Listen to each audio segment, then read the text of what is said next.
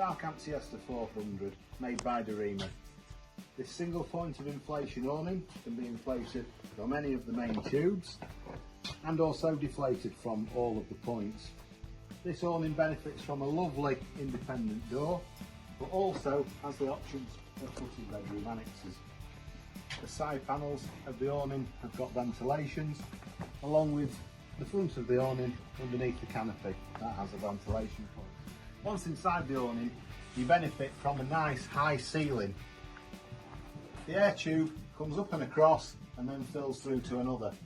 On these air tubes, every air tube has an isolation valve, so if you do have a puncture, you can isolate any particular tube off and replace just one section.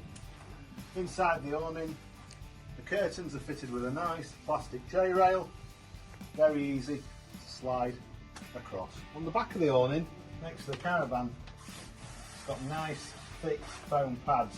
A plus point about this awning is it also has a set of steel poles.